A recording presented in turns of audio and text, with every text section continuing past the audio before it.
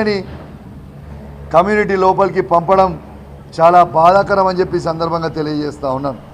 కానీ మీరు ఇట్లాంటి దాడిని చేసి మా నోరు మూపియాలనుకుంటే మేమేమో భయపడేటోళ్ళం కాదు, నోరు మూసుకొని ఉండేటోళ్ళం కానే కాదు. తెలంగాణ ప్రజల కోసం, తెలంగాణకి మీరు ఏవైతే హామీలు ఇచ్చిరో మీరు చేసే దొంగ పనులు ఎత్తి చూపుతూనే ఉంటాం. వెనకడిగేసే ప్రసక్తే ఉండదు. మళ్ళా ఈ తెలంగాణ రాష్ట్రంలో బీఆర్ఎస్ పార్టీ జెండా ఎగిరే వరకు, ప్రజలకి న్యాయం జరిగే వరకు ఖచ్చితంగా మేము పోరాడతామని చెప్పి సందర్భంగా తెలియజేస్తా ఉన్నాను. ఒకటే మాట చెప్తా ఉన్నాను, ఇవాళ తెలంగాణలో మరొక ఉద్యమానికి ఇవాళ నాంది పలికిరు. మీరు మమ్మల్ని ఎక్కడైతే టచ్ చేయకూడదో అక్కడ మీరు టచ్ చేసిండ్రు, మీరు మొదలు పెట్టినరు. ఇక మేము దాన్ని ఎట్లా ముగిస్తామో చూడండి.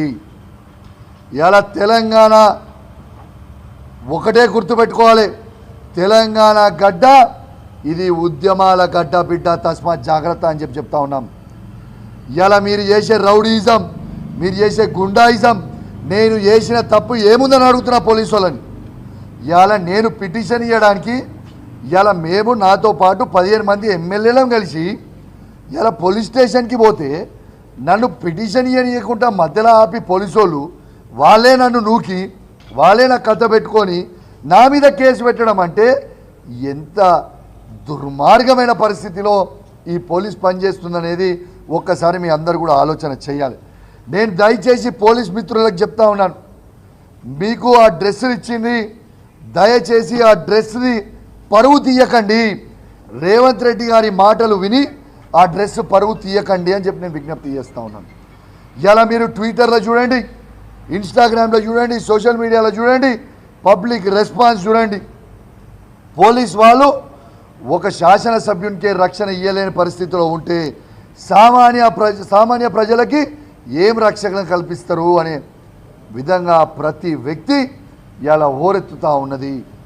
ఇలా మీరు చేసిన చర్య యావత్ తెలంగాణలో ఉన్న ప్రతి ఒక్కరూ మీరు చేసిన గుండాయిజం, మీరు చేసిన రౌడీయిజం మొత్తం కూడా చూస్తూ ఉన్నారని చెప్పి సందర్భంగా తెలియజేస్తూ ఉన్నాను. ఒక్కటే చెప్తున్నాం, మీరు రేవంత్ రెడ్డి గారు ఢిల్లీలో చిట్ చాట్ పెట్టిర్రు. రేవంత్ రెడ్డి గారు స్టేట్మెంట్ ఇచ్చినాడా, కౌశిక్ రెడ్డి నీ సంగతి ఏందో నేను చూస్తాను. ఏం చూస్తావు పోయి, దీనికంటే ఎక్కువ చూసేదేముంది, మర్డర్ చేస్తావు కదా, చెయ్యి. ఈ తెలంగాణ గడ్డ కోసం, ఈ తెలంగాణ ప్రజల కోసం నా ప్రాణాలైనా అర్పించడానికి సిద్ధంగా ఉన్నా, కానీ రేవంత్ రెడ్డి నీతో కాంప్రమైజ్ కావడానికి సిద్ధంగా లేను. నువ్వు ఏమి చేస్తావో చెయ్యి, ఏం చేస్తావో చెయ్యి. ఇక నీకు మిగిలింది చంపడమే కదా, దమ్ముంటే చంపుకో, దమ్ముంటే ఎట్లా ఆపుతో ఆపు. నీ సంగతి ఏందో మేము కూడా చూస్తామని చెప్పి సందర్భంగా తెలియజేస్తా ఉన్నాం.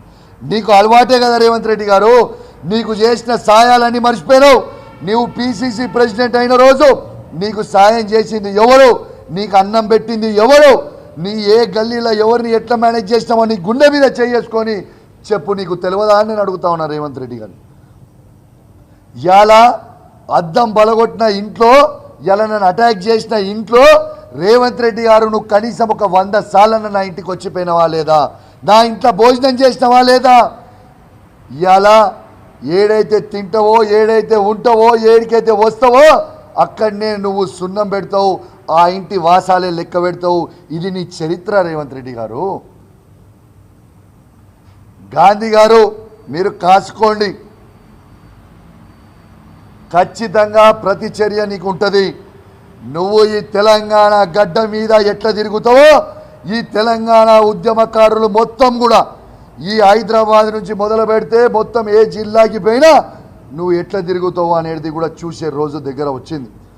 రేపు నేను దయచేసి బీఆర్ఎస్ పార్టీ కార్యకర్తలందరికీ కూడా విజ్ఞప్తి చేస్తూ ఉన్నాను.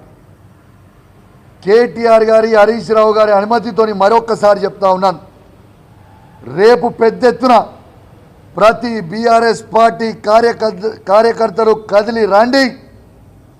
షంబీర్పూర్ రాజు గారి మన జిల్లా అధ్యక్షుడు ఇంటి దగ్గర మొబిలైజ్ అయ్యి మన బీఆర్ఎస్ పార్టీ ఎమ్మెల్యే అయిన గాంధీ ఇంటికి పోయి మనము బీఆర్ఎస్ పార్టీ సమావేశం పెట్టుకుందాము అని చెప్పి మీ